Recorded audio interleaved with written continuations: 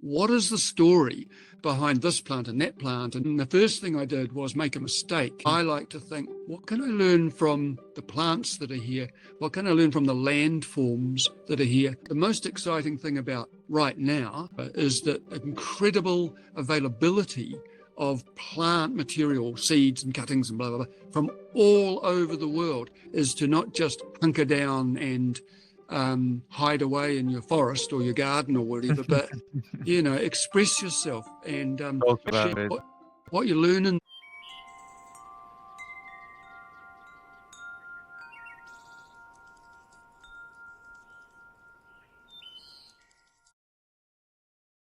Welcome to the Food Forest podcast. Today we have a special guest all the way from New Zealand. His name is Robert Guyton. Robert, together with his wife, Robin, has developed a thriving 2-acre permaculture food forest in Riverton, New Zealand over 23 years, but he's doing much more than that. He is a counselor in the local politics, but he's also very much into broadcasting. For the last 12 years, he's been writing in gardening magazine in New Zealand, the New Zealand Gardener, writing about maybe the more interesting stuff in gardening, like permaculture, stuff like that. But he's also looking how to connect different villages with an electric fan he bought to make sure that all the delicious permaculture goods and maybe other goods are delivered throughout his prolonged and bigger neighborhood. Welcome to the podcast, Robert. How are you doing? Thank you very much, Liz. I'm doing really well, thank you. And I notice that it's morning where you are and it's evening where I am. Yeah, so different energies. We're going to see where that's going to lead us. Yeah. If I drop off to sleep, you'll understand. Exactly. Tell me, Robert, what have you been doing for your life around permaculture, about food forests? It seems that you have a very, very long list of achievements, of interesting adventures you've been doing. Well, thank you for that.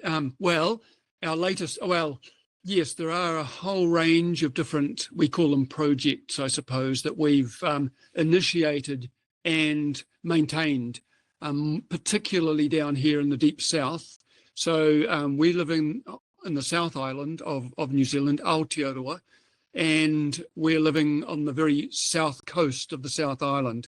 And for a Northern Hemisphere person, south means colder, so we're down towards Antarctica. So if I was to go over the hill, which shelters us from the southerly winds, I'd be looking almost directly at Antarctica. So we're temperate climate.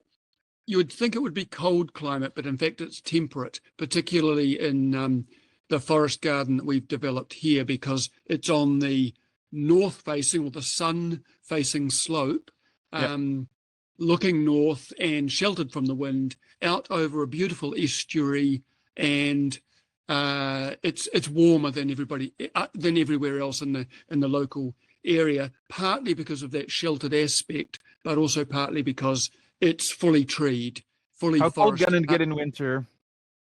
I'm not good on numbers or temperatures. It gets coldish, but no frost. No frost in the sky. Right. No snow, no frost. Sometimes there's frost on the farmland next door. We are, in true permaculture fashion, we live on the edge. So we're on the edge of the village, right up against the farmland. So we're right there, which is kind of a good place to be, because it's a really good dynamic in a whole lot of different ways. So occasionally we see frost. Midwinter we'll see frost, white frost out on the farmland, but in our forest garden I've got banana growing here, and tamarillo and avocado growing in the forest garden here, which don't get destroyed by the frost. They sulk a bit over the winter because it can be cold, but not seriously cold in that way. And do they produce fruit? Not yet. The banana experiment is just over the last 18 months. So I've got probably 20 or 30 banana plants growing out there, good sized, twice my height. And I'm 2 meters, so they're big plants. I'm expecting flowers this season, this coming, we're just over the midwinter point now. And I imagine that in the springtime, we'll see a lot of leaf growth recovery, and I expect to see some banana flowers appear this time around. Yeah. Avocados? You had the avocados yet, or The still waiting? avocados, I've been growing. We've got a large tunnel house also, 20 meters by 10 by 5, and I've got a number of avocado growing in there. But because I have to prune them quite hard, they've not yet fruited. But I've just planted an avocado, temperate climate avocado fuerte. I don't know if you know fuerte avocado. It's a grafted avocado which is designed to grow well and fruit in a colder climate. So no fruit yet, but I'm entirely confident that I'll be eating avocado off our own trees here soon. Yeah. Wow, lucky you. Yeah, well, I'm looking forward to it. Haven't had one yet. Yeah. I do eat a lot of avocado. One of our projects is my wife and I began what we call an environment centre in the village here about probably 30 years ago. And part of that building, which we own as a collective, is an organic food cooperative. And we bring as much local produce into that as we can, but we also, I'd say, import from other parts of New Zealand fruits that are more productive further north, like avocado and like banana and so on. So because of that, I get to regularly eat avocado, and I always collect the stone and I always plant them. So they're popping up everywhere in this garden. Yeah, with the temperate climate where I live in, I also plant the avocado seeds, but they sprout, they grow. Yeah. But when it's winter, they die. That's global You warming. must be just a little bit colder than us, because our sprouts look a bit sad and then take off again in the spring. But like you say, with global warming, I think there'll be a pulse for us. Things have already changed down here. There is more rain down here. It is warmer. There are far fewer frosts than there were 40 years ago. The oceans around us have warmed. So we are already enjoying new potentials here. But how long that lasts in that nice phase is a question, because already New Zealand is experiencing a lot of really tumultuous weather, and I expect everyone's going to experience that high energy change to the atmosphere rather than just a nice warming. Yeah, it's going to become it's going to become interesting, and that's for sure. So you, as a child, you were already collecting mushrooms, but you became a teacher and a counselor. What drew you from civic life to food forests, and do you see them linked with each other? Well, I suppose I grew up in the suburbs of the smallest city in New Zealand, which is Nelson. It's only a city because it has a cathedral. I don't think it actually had, or at the time didn't have the numbers to qualify as a city. It's warmer up there and things grow very well. I was always drawn or captivated by the plant world or the fungal world as a boy. And I think just because I had a fairly free childhood in terms of being able to roam, go off on my bicycle, or just wander around the partly undeveloped neighbourhood, I was able to be reflective and to look at things at length. And I think that's the key to how any person becomes captivated by the world of gardens and plants, is actually to spend real time not doing much but just looking. And my focus in my early life was frogs. I was fascinated by frogs, so I knew where every pond in the local area was, and I'd go and sit by them and just wait for the frogs to appear. And I think, having in my adult life, having become really interested in how to interact or how to have dialogue with the natural world, and reading people like Goethe, or there's a whole raft of people, William Blake, they all talk about this intense focus and what happens when you do that. And I think I was very fortunate as a child to be kind of left alone long enough to learn that for myself. Yeah. I recommend it to all people. Yeah. Do you think that children now, with the screens they have, their smartphones, their tablets, they're like having a hard time to like ditch the screens and sit for 5 hours at the pond and not having the dopamine shots of being able to scroll or play games?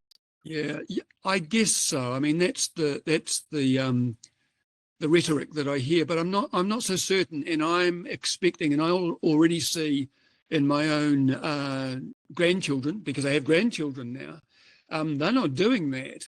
They are out and about a lot, especially when they come here to the forest garden, and they are just like I was then. And Oh, wow. my personal view is that there's going to be, at some level, and with some young people, a rejection of that screen addiction that you're describing, and just being outside, almost just to get away from it.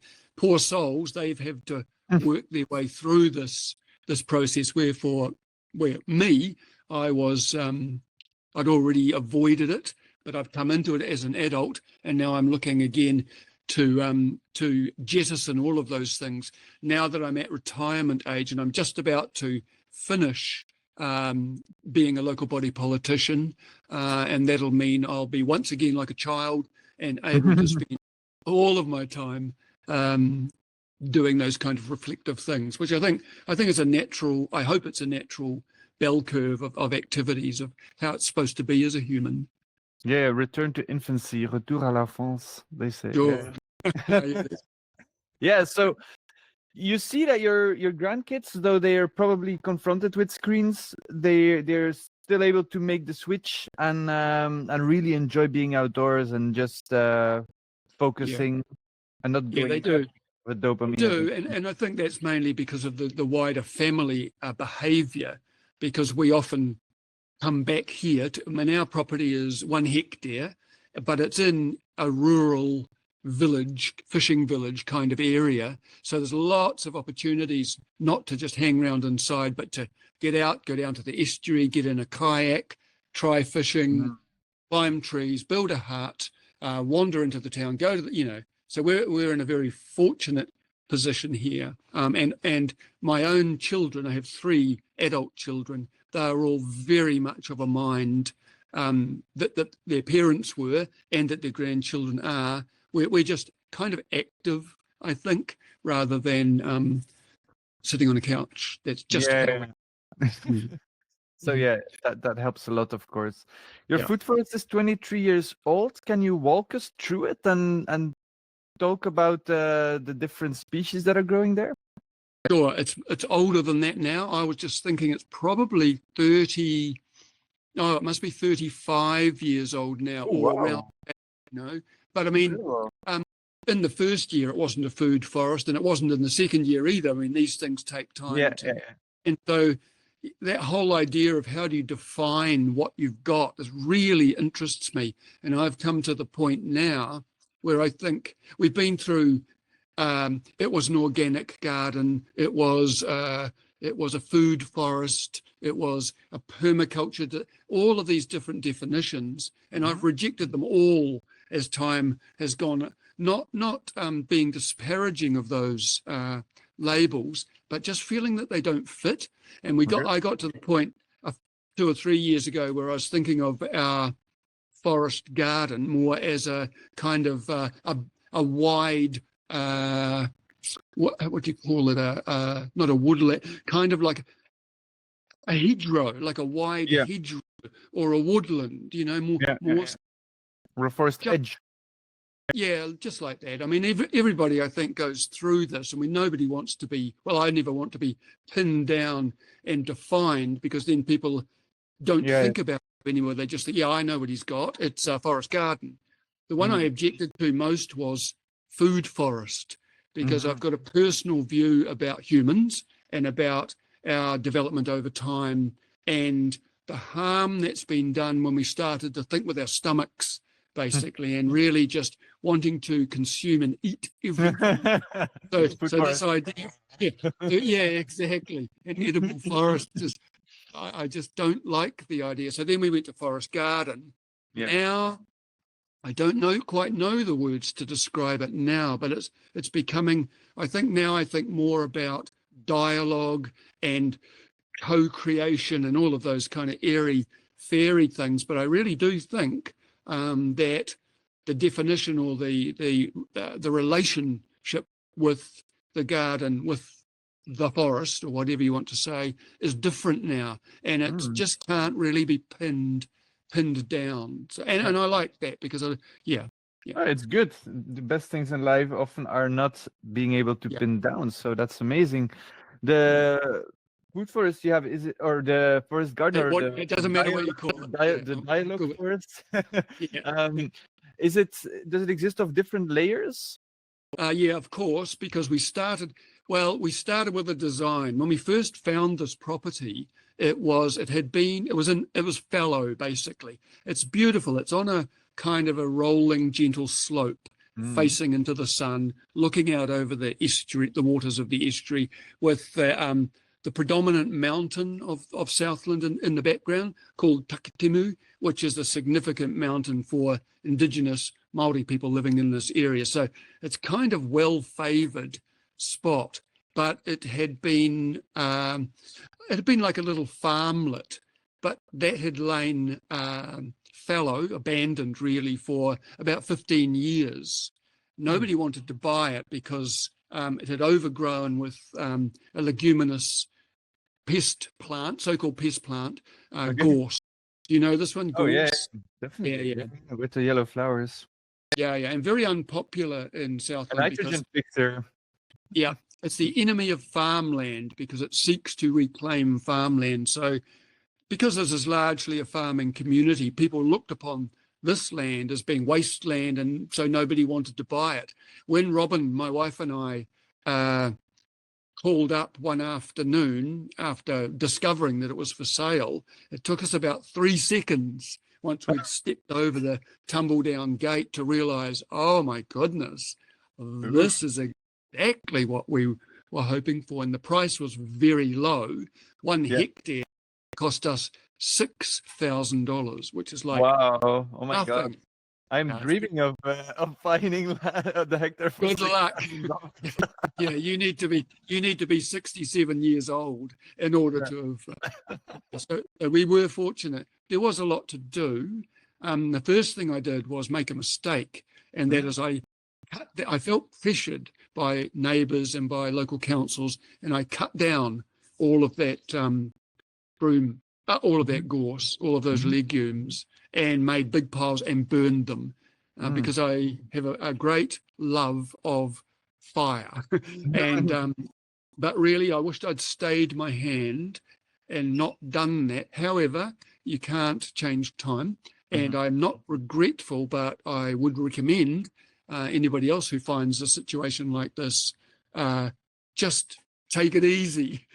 Don't pour that much energy into the property at the very beginning. Just, you can't know. You can't know. And it's just what you bring to the project at that time dictates what you can do. But gradually, immediately, I wanted to plant because I've always been a propagator, particularly of trees. And I already had a lot of trees growing in that property that we came from, which was a rental property. So I started out by planting out the periphery to try and regain the shelter from the wind, which I'd taken away by cutting down all the legumes. So I slowed down the initial process of reforestation by that.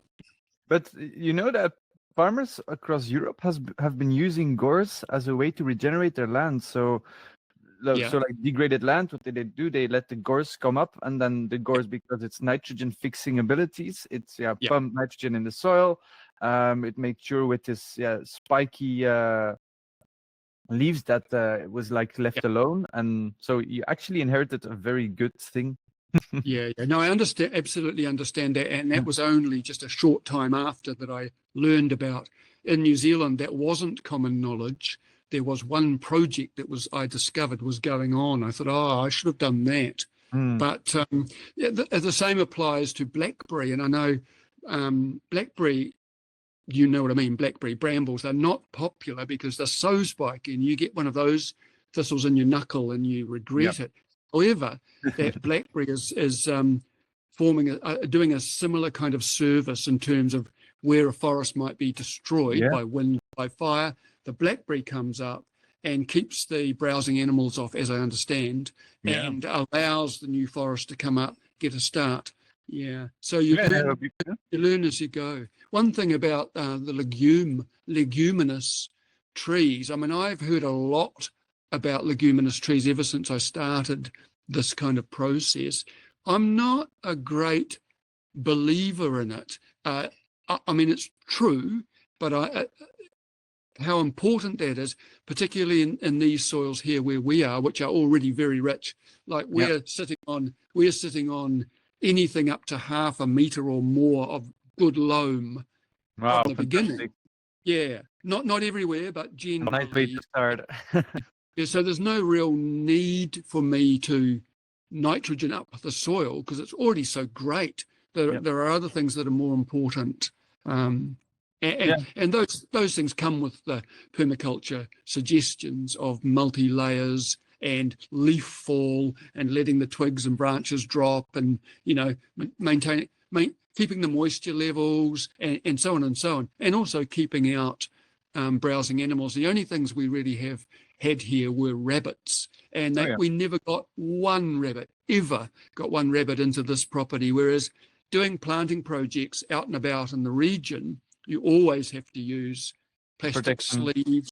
Yeah, but in this property, zero. And that's because even though there are rabbits and hares out on the farm next door, they never come in here because right from the start, we allowed the grasses and the various understory plants just to come up of their own accord. And those animals don't like going into taller understory because they can't see, and it can be a bit wet. So yeah, it's true. A technique that a lot of food foresters do that I know is be untidy. They let everything grow wild, and because everything is wild, the animals are like disincentivized to come, because if you like mow everything flat, you're creating highways for deer, for rabbits. So it's, I think the rabbits also a newly cut lawn over the next few days. The new growth that comes up is, especially if you're applying nitrogen, is so tasty. They'll come in. But we didn't really I definitely didn't just let everything go wild. I'm really hooked on the idea of multiplicity and diversity, and cannot help but constantly introducing more and more and more and more varieties of plants into the ground, so into the garden here. So even in the beginning, two of the most important plants we brought in that really had a big effect for us. The first one is cow parsley. I don't know if you know wild chervil. And the second one is Alexander's. I'm not sure if you know Alexander's. They're like a wild version of celery. And so now they've flushed right through the whole property, and they're both edible, although cow parsley's not very nice, but Alexander's are really nice. But and so Smyrnium, right? Yeah. Smyrnium olusatrum? Probably. Yeah. I'm not certain. And as well as that, an APAC biennial, really beautiful. And so those two, along with a whole lot of others, wild onion, a whole raft of biennials in particular that come up and down and form so many different services. But it just means we could eat straight away from there. We can make lots and lots of leafy green things, salads and soups and so on. Easy peasy, and they spread by themselves, and they keep the rabbits out. So, bring the hoverflies in and all of those services. And that's nice to have all these different functions from a few plants. That's super nice. If you look at the brambles, they often say that brambles and oak trees have also kind of symbiotic relationship, like just what you said. The brambles make this shielded place, and the oak tree needs some time to establish, and when it's getting bigger, then the bramble isn't needed anymore. So it all plays a role in the succession. And regarding Yeah. what you say about the nitrogen fixers, sometimes it is overemphasized and say, okay, every third Yeah. tree needs to be a nitrogen Yeah. fixer. The thing is, in a lot of areas where it's highly industrialized or there are a lot of cars, you have nitrogen Too depositions just much. coming from the air. Absolutely. For Yeah. example, in a lot of places in Europe, there is actually so much nitrogen coming from the atmosphere, you don't need a single Really. nitrogen fixing tree at all. Yeah. It's Yeah. we even have almost too much nitrogen. It's very Yeah. funny. Sure. And it's water soluble, so it flushes through, goes into the rivers, creates lots of problems. So, yeah, I mean, all these we learn as we go. But I always think that moderation, especially around those kind of principles, even the idea of companion planting or plants that we hear get on well together or enjoy each other's company, I'm not so convinced that, well, I know that plants do enjoy each other's company, but whether we've got that right or not is another matter, because we're applying certain a lens to what we, do we have calendula to go with tomato, whatever. Yeah. I'm just not convinced. I mean, it's a good practice because it really makes you focus on the plants and it's beautiful and you're really engaged with the process. But I don't know. And I think the way to cover that unknowing is just to really have a lot of diversity. And if you get it wrong, it's not going to matter, is it? Yeah. They can sort of find their own way. And I feel that when a lot of those decisions were made about plants that go well together, that probably happened maybe in Europe, probably happened in a particular kind of, maybe America, particular kind of conditions. Yeah. Now, the most exciting thing about right now, and it may not last forever, is that incredible availability of plant material, seeds and cuttings and blah, blah, blah, from all over the world. I just think it's game on. We don't know. We don't know what these combinations might be. And I think that's the most exciting thing. And I think that for any people of our ilk who are interested in plants, get as many as you can in now, and because it may not always be the case. And also we've got the internet, and so you've got YouTube, and if you want to know how do you propagate this, takes you three minutes to find out. So this may never be like this again. I feel now's the time to strike. Grab it while you can. Absolutely. But what comes up now is this conflict between nativists and exotic plant lovers. And I'm definitely on the bring it all together intelligently, not foolishly. An amazing book that everybody should read is The New Wild by Fred Stone. Fred Pierce's book's incredible. Yeah. And he talks about the island, is that in the Atlantic or what? Yeah, and where He all talks about how he believes that invasive species are actually the key to solving a lot of crises on the planet, and that where invasive species are prevalent, it's not because of the invasive species, but it's because of humans like destroying everything. They're killing everything, and then they're angry that like there's only one invasive species that can still grow there, and then they say, oh, it's the fault of the invasive species, but it's actually the fault of another invasive species called humans. Which is us. Yeah, no, it's funny. That book is amazing. It's a bit outdated now, and I know that he's had kind of second thoughts about some of his ideas, but I still find it an inspirational one to have read. But we're kind of moving on at pace around a lot of those ideas now, I think. So you are combining natural ecology with a lot of exotic species at your place. Yes, I am. And I took a lot of advice as time went by, but now I don't. Now, I mean, now you're retired and you don't listen to anyone. I can do whatever I want, and I am. And really, what I'm looking differently at the way I make decisions about things. So the main thing for me is story. What is the story behind this plant and that plant? And all sorts of stories can influence why I might plant something. So if it's something that my grandmother grew, even though it's not entirely appropriate for down here, I'll make room for it because it's got story. And I think that that's what it's almost like a dome of protection over your garden, in that you'll be more involved with it. You'll be engaged. You'll engage other people if there's story behind what you're doing, rather than just buying some bland named thing because it's got some simplistic process, like it's a nitrogen fixer. I'd rather have the kind of tree that grew beside the river where such and such a thing happened. I don't know if that's my way is a popular way, but it's the way I do things now, and definitely the direction I'm going in. And it really fits in nicely with being a writer or a columnist, because I have to write every month. For the last 12 years, every month I've written a story about this garden, and it never gets difficult because the story is so ongoing and involved. There's always new ramifications or combinations of ideas. So, and I really think that that's an important part of managing or co-managing, or whatever you might want to say, a garden like this one. And I really think that I feel that the garden itself is involving itself in this process. And maybe, I don't know if it's aware or they are aware that I'm broadcasting their message beyond the garden boundaries, but who knows?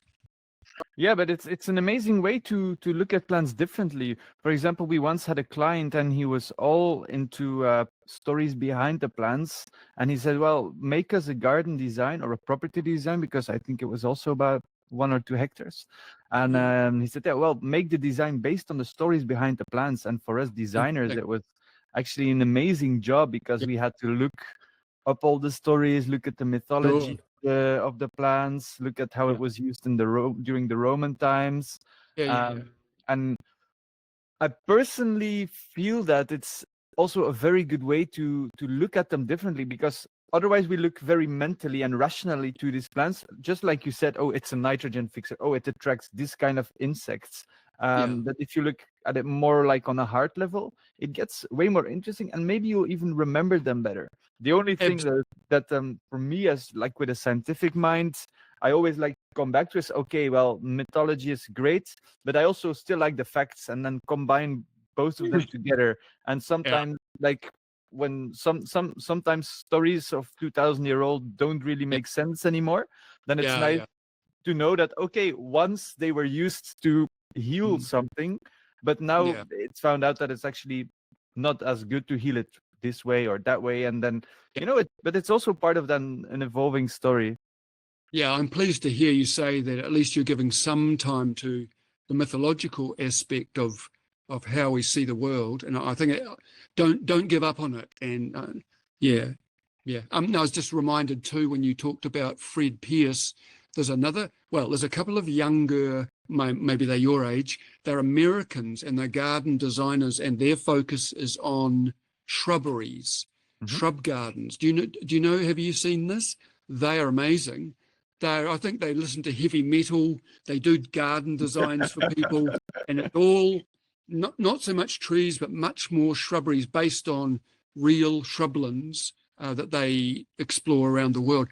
But in there's a broadcast that they do, and what interested me the most is to get they're designers, and so in setting their design of where they would place all of these plants, they didn't go to a shrubland, a natural shrubland, and take photographs of it and try and recreate that, which is kind of how permaculturalists kind of talk about recreating the forest or forest systems. I don't agree with that, really. What they did is that they took a photograph of, in one instance, took a photograph of it's like a power box that you have on the side of the road. You know, the metal, usually grey, but it had been graffitied. It had old stickers on it, torn off. It was rusting a bit, had bird shit on it, And they took this photo and they used that as their template for their garden design. I thought that was brilliant, because it means going beyond the usual prescription and even ways of doing things. And the garden they made was just gorgeous. So, that's also makes me think more about forest garden is a marvelous thing, but if I had my time again, if I had another chance at this, or if I got more land now, I'd be No, looking. you're retired, so Yeah, well, I'll get the farm next door. I'd be looking at establishing a shrubland, which produces all of these things that a forest garden does. Because some of my trees have been in the ground now for 30 plus years, that some of them are pretty big. they're And I too had big to harvest. You mean well, to climb I into? mean, they're huge. And I had to take one out just recently, and I don't really like felling a big tree, but I had to. And Yeah. it was a big deal. And I can see as I get into my 70s and 80s, and those trees get even bigger, and I get less able. See, it's an ongoing issue, but in a shrubland, and that whole idea of managing your forest with coppicing and pollarding, and not planting giants, but planting mid-range shrubby kind of things that you can manage with a handsaw rather than a chainsaw. I think it's something we should really be thinking a lot about. And a lot of those shrubberies produce a lot of fruit in terms of berries and leaves and nuts and a whole lot of things like that. So the idea of the big canopy over the forest garden, I love it, but Yeah. No, No, there is a slightly I'm- different way of looking at this. I'm very Yeah. happy you bring this up because it's a myth that you have to, if you want to have a food forest or forest garden, that you really need like this giant forest of 20 meters high, let's say. Yeah. It's a possibility and there's nothing wrong with it. But I know people who have a forest garden and they say, look, I don't want anything that's bigger than 2 meters because I Yeah. just can't reach it. I'm already 72 years old now, for example. Yeah, There was an older Italian guy, and he said, "Look, I pollard everything or prune everything, so it's never higher than 2 meters, and I can just pick everything," and it makes a lot of sense. Of course, everything is context specific, and if you say, I want a nut orchard, for example, and I want to have a walnut oil farm, which is one of my dreams, to one day have a walnut oil farm. Then of course, then you want the giant walnut trees, and you don't want like the dwarf trees of 3 meters high or something like that. So everything is context specific. But I totally agree. Like the shrubland, it's something that needs to be explored much further, and nothing to be looked down on. Because manageability, okay, it wasn't intentional. Voila. That's true. Yeah, no, you're right. I think that's and I'd like to see more being done with that. In you'll know about syntropic agroforestry, perhaps. Yeah. So this is kind of the new wave in New Zealand, at least, that's coming through now, particularly from everywhere. Is it? Yeah. It's particularly from the warmer parts of New Zealand where they can grow bananas quickly, they can grow tithonia and all these things. I am a little bit concerned about, interested in it because fast turnover is something I'm also really interested in, even down here in the temperate nature. Yeah, and the idea of managing, not just sitting back and harvesting from your garden, but being fully engaged on a human level rather than. So I don't like to use a chainsaw, and I don't like to use any kind of mechanized tool. But if I can do it with a little silky handsaw, I'm fully into it, because that gives you an opportunity to apply aesthetics to the garden rather than just prosaic, pragmatic. That letting more light in is fine, but creating a vase-shaped, beautiful tree that fits in with another one, that the art, the aesthetics of that kind of management, I'm all about. And I feel that the forest is also, because you're kind of maximizing the potential of the forest, not just to produce food, but just to be vibrant and be expressive. Yeah, most definitely. And do you see syntropic farming something you would try out yourself? Well, I've been watching it closely and interacting with some of those folk, and certainly getting some of their plants and adopting some of those principles of a much faster turnover. But where in the warmer parts of the country they're using tithonia, or canna, or, you know, those kinds of fast plants. I am also, but down here we can use, well, I do use plants like hydrangea, which seemingly was just like an old person's plant. You know, I used to be dismissive of a number of, but what a beautiful plant, and how perfect it is for that purpose in an area that's a bit cooler like ours with a higher rainfall. Just genius. And yet that doesn't grow anywhere near as well up in the warmer areas. So like you say, it's site and person specific, but I find that really exciting to do that work in this area where plants can be different and just show what can happen. And the other thing, I don't like the syntropic row. They're going back into a very much a straight line system because it's more efficient. I think that's partly where us humans have gone wrong over time, is that we all tend gradually to move towards more efficiency, and we might have one variety, and you can see where it ends up. So you've got to, I feel you have to embed a kind of chaos creation into all of your processes, especially as you age, because you end up wanting to make things easier. One of the reasons Robin and I chose this property was because it's on a slope. And so by the time we've walked down to the bottom of our property and walked back up, we've done some quite good, not hard, but quite good exercise. And the house we're living in here is a small but two-storied house. So we've got a staircase. So we've kind of, as younger people, built in the necessity for keeping fit forever, just simply by being here and you have to do it. And it's an absolute pleasure not just to be on flat ground and then, you know, you start thinking about the four sides and the four corners, and, you know, that's I'm not that way inclined. So so syntropics has got a lot of good things. They use a term which I really dislike because it's kind of violent. I don't like violence in language, and so when they describe I don't say those. I don't say it because it changes the way you think, and I think that's it's part of the syntropic problem. And so, but the idea of harvesting plant material branches and so on down and leaving them lay on the ground is an excellent idea. Needs to be renamed. Just recently, I had an interesting thing happen just over the last week. A large tagasasti, you know, tree lucerne, very large, right in the middle of our property, blew over. I think it actually fell over as much as anything else because it was just getting very top heavy.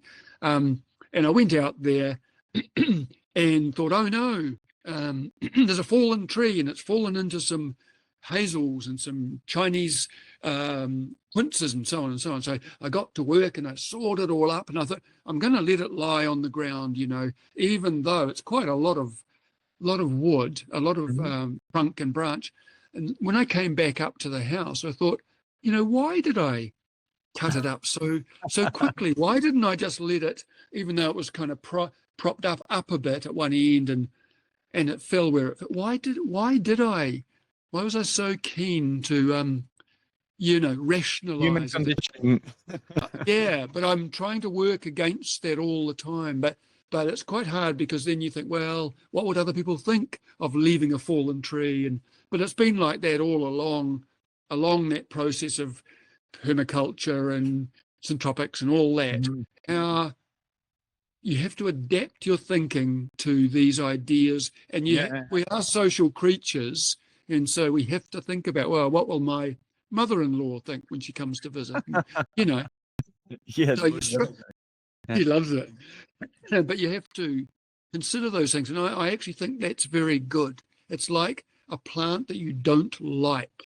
I always think, why don't I like that plant, you know? And sometimes I know why, because I can think back to my childhood and realize my parents hated that plant because the neighbors had one and blah, blah, blah, whatever it was. But so a really good example of that for me is hosta. You know, hosta. And Yeah, totally. yeah, Have you yeah. have you But eaten edible, yeah, edible? Have you eaten it? yeah, I've tried it. Yeah, the young Yeah. shoots. Yeah. So I mean you can eat all of it if you want to, but yeah, no, I was very opposed to hosta until one Mhm. day I thought about it and thought, well, I'll give it a shot. Now it's becoming one of the main plants in my garden. They're easy to And reproduce. in like very Live to it. fancy restaurants, they're serving it. It's amazing. It's Absolutely. become this Yeah. this very hipster plant, actually. Yeah, is it so? Yeah, From yeah. Granny plants to Michelin star. Well, we just didn't know that grannies were hipsters. Back at the days. Yeah, but yeah, with the interesting wording is so important in life, and like language shapes the world. So I'm Yeah. 100% convinced of that. So I'm Yeah. just gonna give an open call to our listener. Well, chop and drop. We're gonna ask you, to the listener, please send us alternatives for the name Chop and Drop, and Yeah. let's hear that, and I'm curious what reactions we'll get, and maybe we'll find like a way better Yeah. way of describing it. And yeah, Yeah. Yes. the lines you were talking about, it's something Yeah.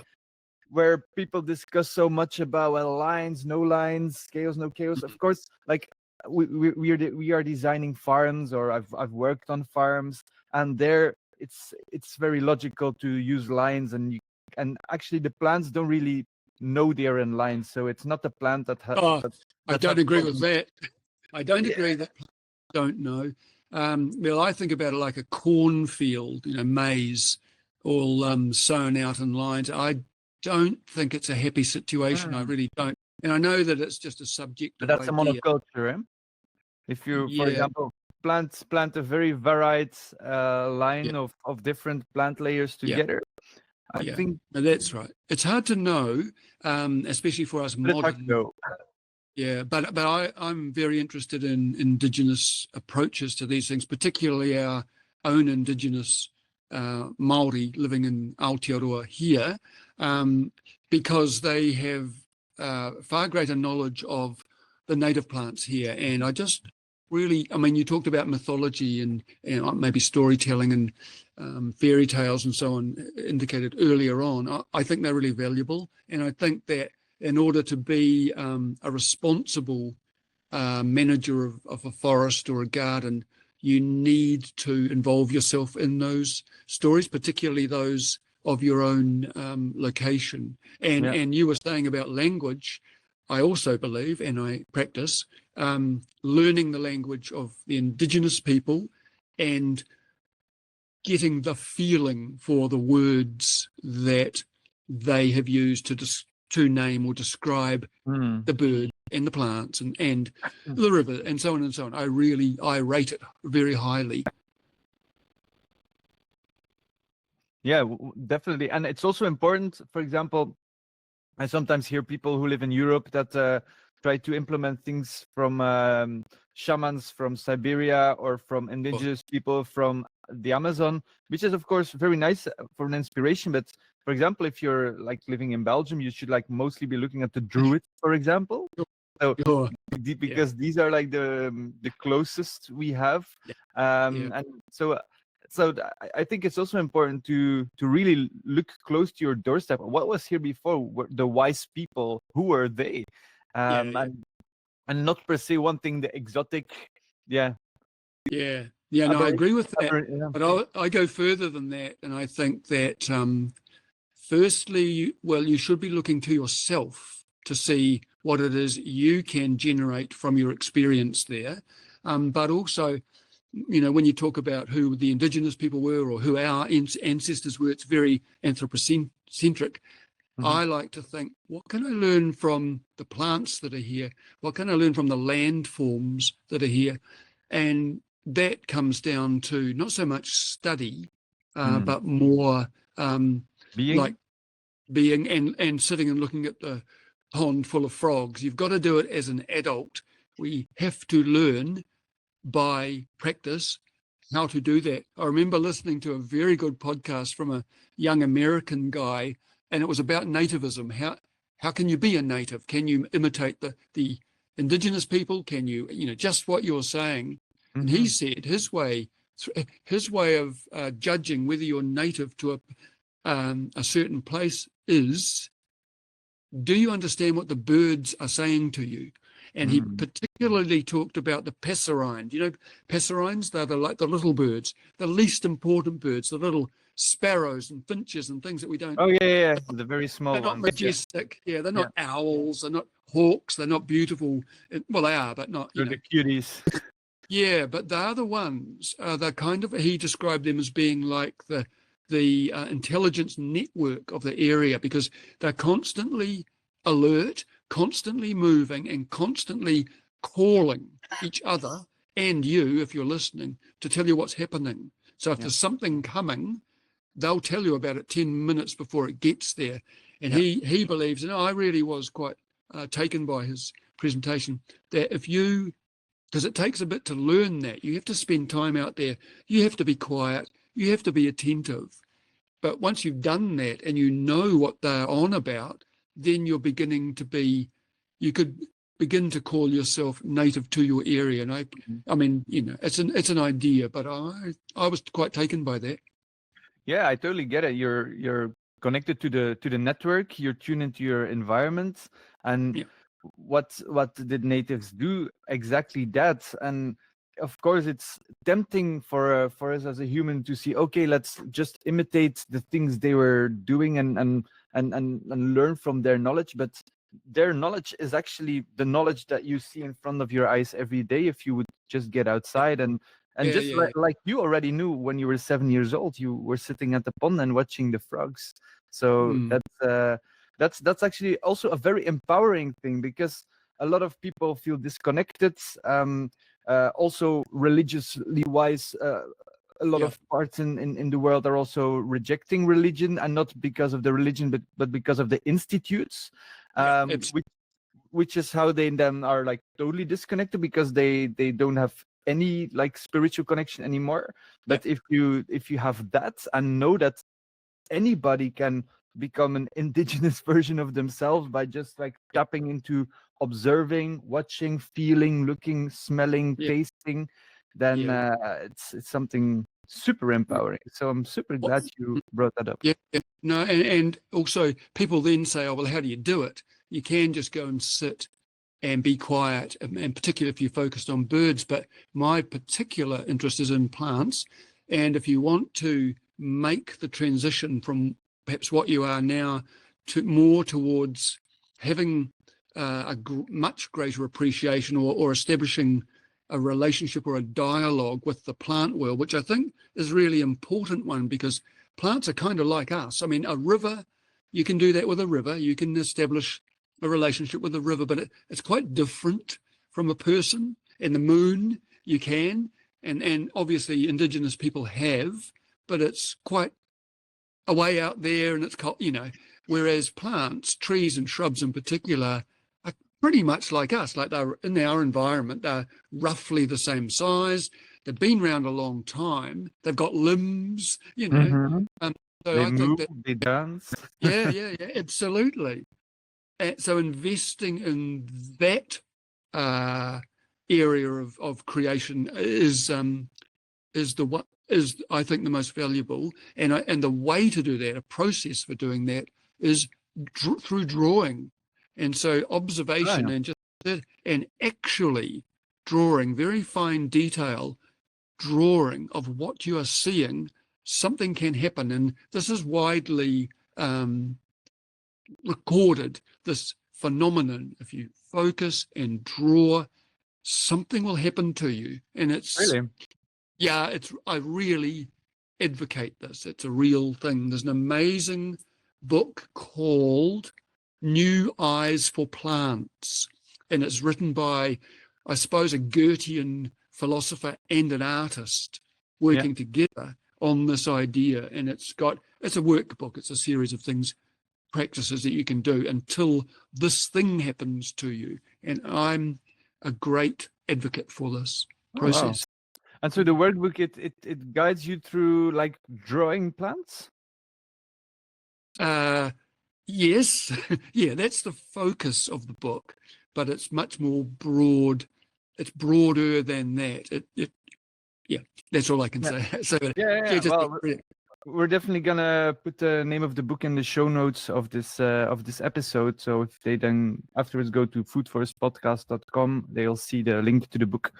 No, that's amazing. Yeah, of course. Yeah, we as landscape designers, we draw lots, and I really have to admit as well that, so of course we have this very fancy and expensive drawing software that we use, and we use it, and it's super handy. I would not want to miss it for the world. yeah. But Yeah. the most creativity comes if you print out the ground plan and then you just start sketching on it. And when you start sketching, it's like, it's almost like you're channeling some inner wisdom that you didn't know that was there. And that it's not the same if you do it with a computer mouse, or at least not for me. Or even, there's a go here, you go. Sorry. No, don't worry. And even like what we do a lot, or what I really like doing, is take pictures with my phone of the place, and then I have this stylus, and then I can, like, on the phone, like, really make very pretty detailed sketches on it. And there's something magical about that. There's something magical. That's definitely true. And I think what happens in this process, particularly if you're drawing with a pencil and you're looking at a natural form, and this is something I experienced with an oak twig, as a matter of fact, in a park, and I wasn't expecting it. I was just closely looking at the little convolutions or bumps along this oak twig, and I was drawing on the pad at the same time, really focusing. And cadence, or the rhythm of things. And because it's not just but because it's not mathematical, it's natural. If you're following the bumps and ins and outs of an oak twig, something happens, and it can put you in a deep meditative state, surprisingly. Well, this is what happened to me. I found this occurred, and I thought, what happened there? So I had done some meditation in the past, very rewarding for me, but then not for a long time. And then I was drawing this twig, and suddenly, whoosh. And I think that this is part of what Goethe and other artists and philosophers talk about when they say about following natural patterns. Something happens to you, and I think somebody sitting beside a babbling brook, listening to those sounds which are not, something happens. I advocate again for that. I think that as well as doing all of the kind of managerial stuff with the garden and reading up about it and looking at it, also do this thing, and then you become unique, I think, and you're then talking from a point of actual experience, and that can change everything you think about what you are doing in a really good way. In my experience. And also important, there are a lot of people who want to meditate, but they don't have the stamina, let's say, to really sit down and do it. They want to keep busy. It's actually a more active way of meditating, but it's still a sort of meditation. And I think it's maybe even more accessible because you are still doing something. And I can imagine that would help a lot of people to do that way. I entirely agree. And because I've thought about meditation a lot, and I think we have been not convinced, but we've been kind of shown that meditation is more of the Eastern style, where empty your mind of the monkey chatter and all that. I don't think it particularly suits the Western mind.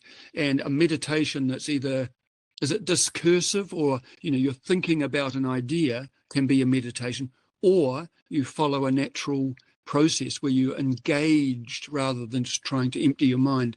I think it might actually be, a continental difference. I don't know, but I do suspect a cultural difference would be a better thing to say. And that's the one that suits me the best. Well, it couldn't hurt to also just try it out. Take a piece of paper, go into your garden, look at some leaves, try to sketch them, and see what happens. It's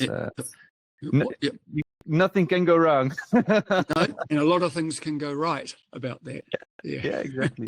So, what is your personal philosophy in regarding to so on the one hand, letting nature lead, learn from nature, letting natural forces go ahead in your garden, but at the same time, also you as a creator intervening in that garden. How do you see after 35 years of forest gardening, food foresting wisdom, communicating with the with the plants?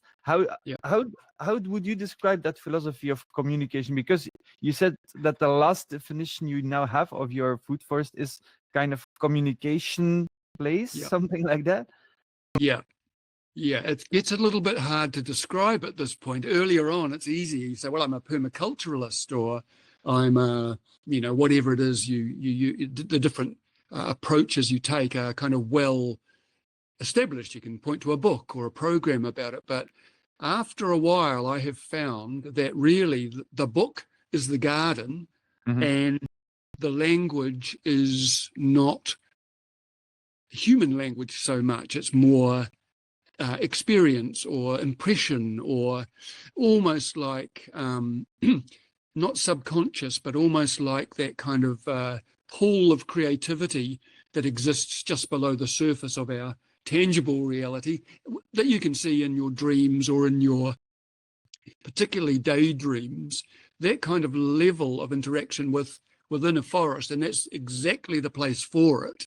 Because if you're going to go all daydreamy, you want to be in a lovely space amongst friends, if you know what I mean. So that, whether this is a retired person's effect, I actually don't think so. I think I'm very fortunate that I'm able to now explore that kind of relationship with the forest, simply because I'm not having to go to work and not having to do this, I'm not having to do that. I can take some time. And I think that it's actually made me more active rather than less, and more interested. One of the things I think about a lot is hearing about a plant that I have never grown, and I think to myself, there's a plant I have not met. I wonder what it's like. What's it like in the morning? I wonder how, what's it like in the winter? And so I've got a hunger for bringing more plant vegetative forms into this space and growing them. And it's so easy to grow them now, because I don't really even need tools. I can just go and scrabble in the ground, because the soil is so soft and gorgeous, and just put the plant in and then forget about it, which I sometimes do, and then just let it go. And I'm really big on collecting seed and propagating and all that. And it's just I don't know how to describe it. It's a very vibrant relationship. So the relationship you have is actually, you see the land as a kind of canvas, and you just keep on adding stuff into it and see what the natural processes are going to do with that. Something like that? Kind of, except a canvas is a neutral background, and that's not a white thing. It's already, it's a living, three-dimensional, multi-dimensional, so, and that's what is my canvas now. There's just the opportunity out there is not just starting from a blank. It's really it's very interactive, and it doesn't necessarily need to have a plan, and it's not necessarily easy to describe. That's what I would say at this stage. Yeah, it's way more wonderful than it ever was, honestly. But what I do hear is that you're really not afraid to be this co-creator and like go all in and doing stuff, because some people are afraid and say, oh, we have to respect nature and try to intervene as little as possible. But you're like, no, just like go full force in. I am part of nature. Yeah, absolutely. And a lot of people say, that humans are like a cancer on the earth, and I don't believe that at all. I can see what effect we have had, and I would like to make a lot of changes to that. But I do believe that we are a natural being, and we're going through this process, and maybe different people are at different stages of or try different iterations of what it means to be a human. But I think I know what I want to be, and I know what my relationship I want to have, the kind of relationship I want to have with everything else. And so I don't really anguish too much about what's going on elsewhere. I just make sure that what I do is what my role is, and I want to do that in the most way that I can. And it's not just here in the garden. We do a lot of, I mean, we started talking at the beginning about the Longwood Loop delivery van that goes around the little villages all around Southland. But we've got a lot of projects like that. We've got 2 community gardens here in our little village of Riverton. We've got a network of heritage apple orchards, 14 of them, all around the region. We've got a wetland. We've got the shop that I described. We have a big harvest festival every year. We have a Bountiful Backyards festival every year. We go out, we do, we're really busy. You created an entire ecology around the food forest. And I actually want to talk about the Longwood Loop.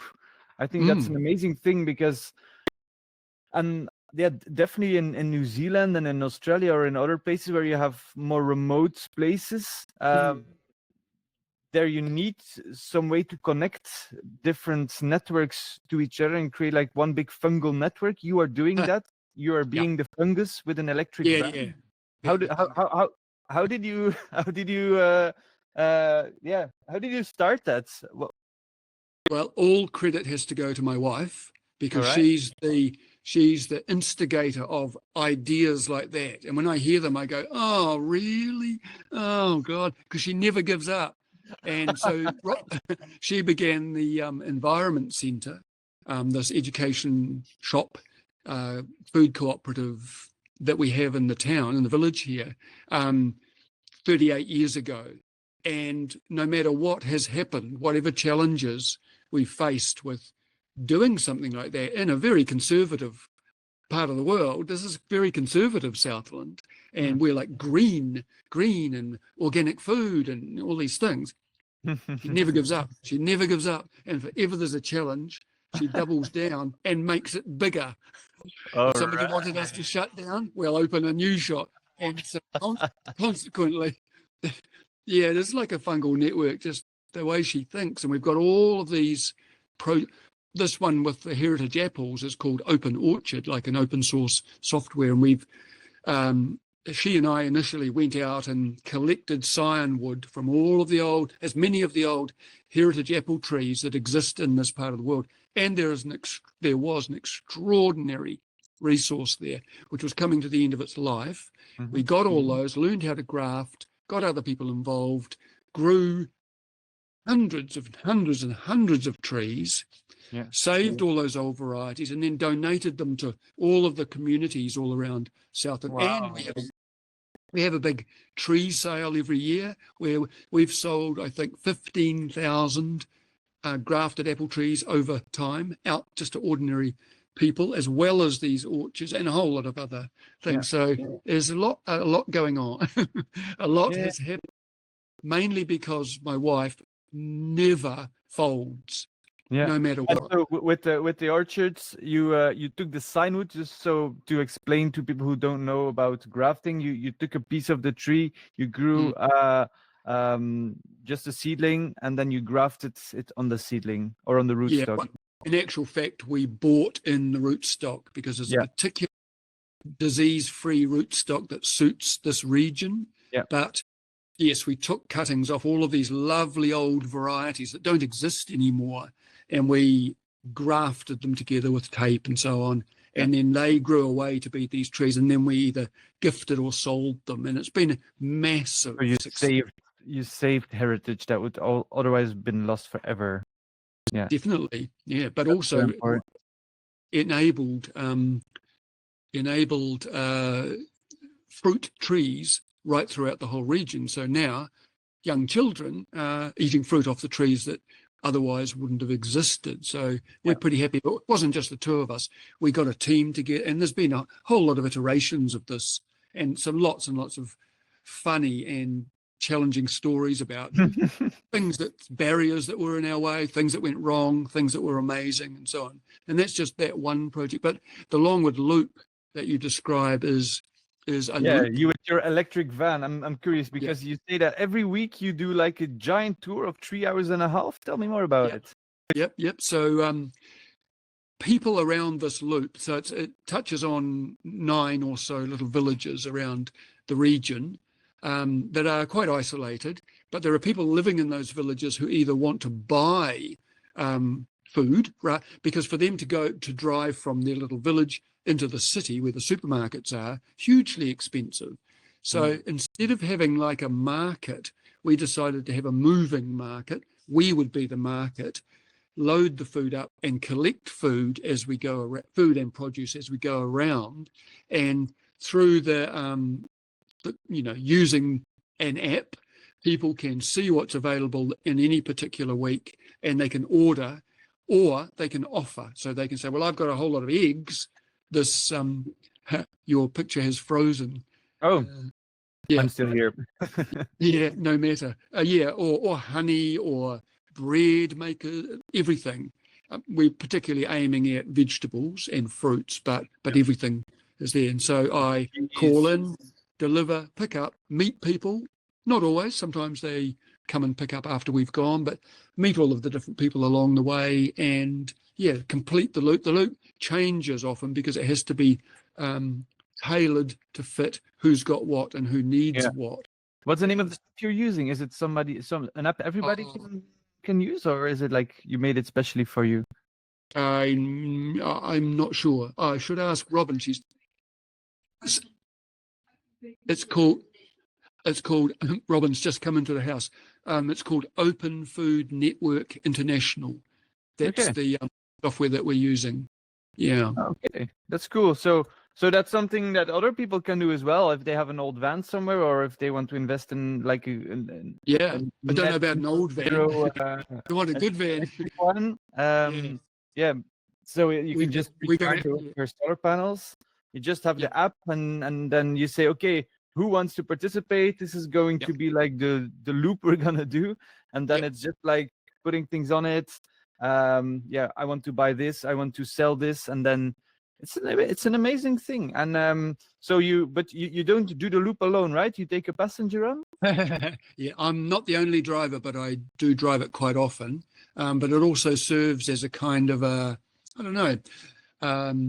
social net as well, because different people who travel as passenger or as driver, I like them to drive actually, so I can be the passenger, so that I can talk. That's very fun, and people like to have something to do, and especially men who travel with me on the loop. Men are good at talking side by side when they're both looking at the road, whereas if you're looking eye to eye, I don't know, some men find that uncomfortable, but so we have these tremendous conversations about all sorts of things, and we meet different people along the route, and it's just it's also a good social service. If someone in the community's lonely or whatever, they might like to come on the loop, and man, they get an earful from me all the way around. So can imagine that. Imagine. So that's the other thing about it, is that it's a direct sale system, and nobody pays tax. Oh yeah. So it's a good thing. So there's that project. There's the big orchard project, and there's the festival. So that's the other thing too, is with all of these things, rather than just becoming like work to do them, we are quite festive and celebratory, and so we have. Yeah, it is, and so we have. Well, wherever I can, I have a bonfire, but we won't talk about that. But we do have this big harvest festival in March. That's is it late summer? Harvest time, I guess, early autumn, late summer, or autumn time. It's a 2-day or 3-day festival, and we have a dance, we have a feast or several feasts. We have a huge hall filled with produce and displays and people showing how beehives work, and workshops, and it changes each time, but yeah, that's a good thing, and it draws people in from all around the region rather than just from our own little village. So it's super successful and really lovely, and people come from all over to help put it on, let alone go to it. They want to be involved, and can they come and put out the trestle tables? Can they be in the cafe serving coffee? It's really great. So that happens because my wider family and our wider community really like that kind of thing. So it's not sort of just a one thing. Like we have a big apple press there where we press apples, because there's a lot of apples in this region now, thanks to the Open Orchard Project. So we've got this beautiful press, and that runs for the whole festival with mainly children turning the handle, people bringing in their own apples, taking away bottles of super fresh apple juice, and that's a pretty so that's a standard feature each time we do it. But there's always other things. There's performance and there's music and there's lots of food. Food is the thing that binds at these festivals, I think. So it connects people from different backgrounds, different religions, different looks on life, even different politics. A glass of apple juice, everybody can agree that it's a fantastic glass of apple juice. You can't really discuss about a glass of apple juice. I've never met anyone who tastes it and says, "Oh, that's not very nice." Everybody says, "Oh my God, I've never tasted apple." So it's really good. Yeah, and we have more in common than we think with each other. Yeah, well, it's super impressive and also inspiring to see what you and your wife and your entire community are doing, and I really think that people from all across the world can be inspired by, for example, the Longwood Loop or the heritage orchard you're starting up. So I think that's a lot of things that people can do after listening to this episode. The same with going out with your sketchbook and trying to sketch leaves or little critters or other things to really make you observant. And so we have a handful of homework for this week after this episode. Before we're going to wrap this up, I'm just going to ask you one last question, and that is, if you would have a magic wand, you already have the beard, now you also have the wand, what would you do with that magic wand? You could do anything. Actually, I've got a lot of wands in reality. I make them because I really love wood. I've got lots of wands and lots of staves. So not because I want to be wicked, but just because how can you not? When you live in a forest, there's a lot of pruning that goes on, and if you've got a lot of interesting trees, you start to think, I wonder what this wood is good for. So if I could wave a magical wand, I wouldn't like to interfere in the progress of humanity. I really wouldn't. But I am very much an advocate for all of the things that I've talked about tonight, really. I do think it's core, perhaps not for everyone, and I don't live near a big city, so I'm not going to say city folk should move out into the countryside, although I think they should. My vision would be something like a Middle Earth landscape where there's lots of little hamlets and villages not too far from the others that are within walking distance, and everybody being just basically localization and just a downscaling of a lot of the technologies that we've got now, but not an abandonment of technology, but just some of those big grinding, screaming machines that we've come up with. We could perhaps let those go or repurpose those.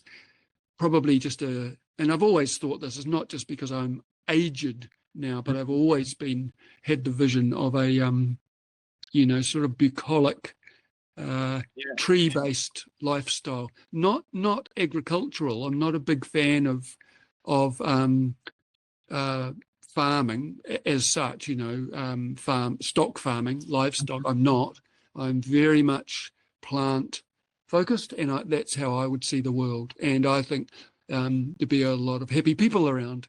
The danger, of course, is that it's the bad agents that are the problem. And if everybody doesn't also hold my philosophy, then somebody will take advantage and exploit. So how we as humans overcome that embedded problem, I'm not sure yet, but when I work it out, I'll get in touch and I'll let you know. Yeah, let us know. We're gonna make a new episode on that.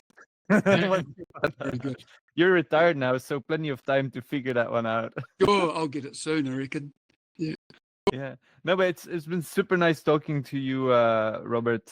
Very inspiring, and I think it will be very inspiring to our listener as well. Also, if you have any comments or any feedback, and definitely find a new wording on the chop and drop. Yes. Let us know so we can take that with us. All Very right. good. Before we end this podcast, is there any last words of wisdom you'd like to share? Just to say thank you. Thank you for the opportunity to talk with you. You're very interesting too. I enjoyed the toing and froing, and also to talk to your audience whom I can't see. But I think I mentioned to you early on in the talk, or perhaps before we started, that I really value the chance to broadcast a message or to tell a story, and I think that might be actually a powerful force for everybody, is to not just hunker down and hide away in your forest or your garden or whatever, but express yourself and share what you learn in there. I actually think that's a very powerful force. Not over the internet necessarily, but certainly face to face. And say what you've learned. That's what I think is important. So thank you for that. Yeah, well, and thanks for emphasizing it. I fully agree. I often talk about the professional storytellers that are paid by big corporations to lobby. Exactly. They're also telling stories, and politicians listen to what they get most bombarded with. So they are maybe paid and they have a lot of money to pay storytellers, but we are with much more people. The only thing that we need to do is to open our mouths and to also, just like you said, tell the story, even if it's just to your neighbor or to the people you meet. Tell the story of what you've been learning and the things that are you're thinking about. So thanks for emphasizing this. I support that idea 100%. I think you're exactly onto it. All right. Well, thanks for listening to another podcast of the Food Forest podcast. Super happy that you were here. Check the show notes on foodforestpodcast.com, where you also see links to Robert Guyton's amazing projects, also to the things we've discussed. And I hope to see you again next week. Au revoir. Ciao, ciao.